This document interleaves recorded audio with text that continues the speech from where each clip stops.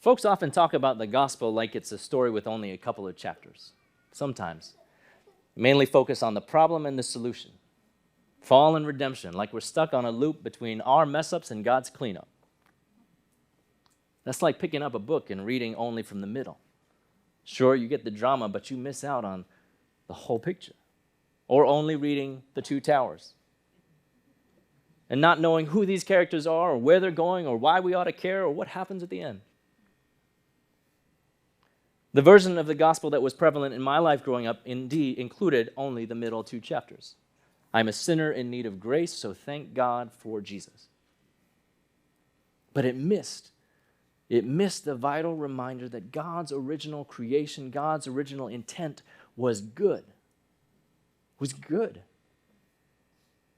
And that those who have been redeemed don't just have a ticket to life after death, but have an active role to play in the ongoing work of the kingdom in life before death.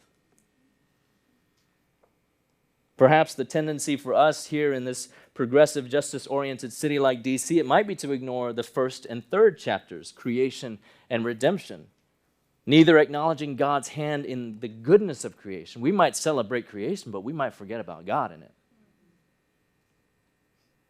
I love being out in nature.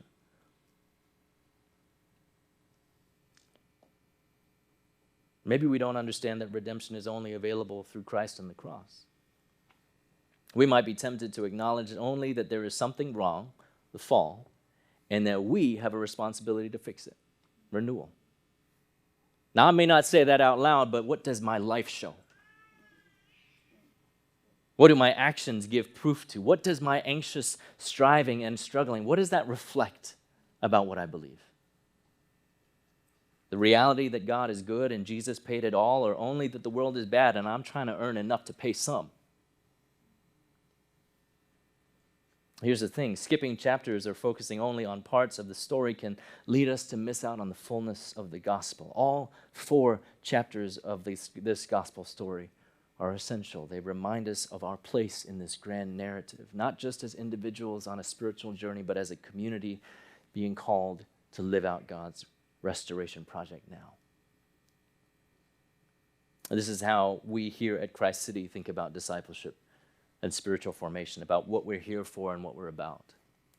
This is why the vision of the church is to see the flourishing of God's kingdom on display in every life and every sphere of life. In D.C., where we are, and beyond. This is why the mission of our church is simply to love God, to love others, and to make disciples of Jesus. To be persons and a people learning to live as Jesus would if he were in our place. Because that is how we holistically live out the gospel, the good news of creation and fall and redemption and renewal.